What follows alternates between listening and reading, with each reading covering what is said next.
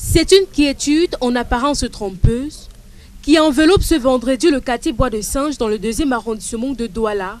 Derrière ce calme apparent, les populations vivent au rythme de la peur, confrontées aux agissements répétés d'un groupe de jeunes qui sèment la terreur de jour comme de nuit. Moi-même, j'ai été aussi victime d'une agression en plein jour. Des gens avec des machettes, on vole en plein jour.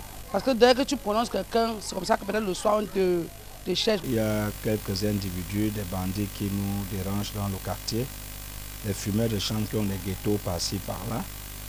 Et qui, après avoir fumé, commettent des dégâts. Poignardent des gens, arrachent les téléphones et voire même agressent des personnes. Le dernier cas en date remonte à la nuit du 31 décembre au 1er janvier 2026. Une nuit de célébration qui s'est transformée en cauchemar pour les populations. C'est ainsi qu'il a poignardé ces 2 personnes, nous les avons amenées à l'hôpital. Et dès qu'il a commis ce forfait, nous l'avons maîtrisé. Et c'est comme ça qu'il a appelé le renfort. Ils sont venus avec les machettes couteaux. Et nous avons fait appel au FMO. Ils sont venus à partir de 2h30. On est même descendu, soi-disant, dans leur cité de Dieu, là d'où ils ont leur maison et on n'a vu personne.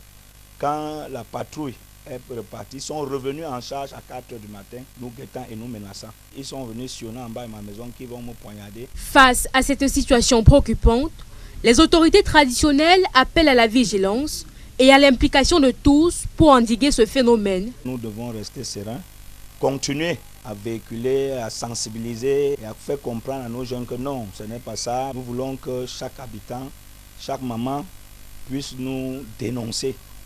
Voilà d'abord les premières dispositions que je suis passé porte à porte et dit aux mamans, aux papas, dénoncer, montrer l'enfant qui est têtu pour qu'on essaye un peu de l'entretenir. À Bois de Singe, les habitants attendent désormais des actions fortes et continues des autorités compétentes pour mettre un terme à cette insécurité devenue quotidienne.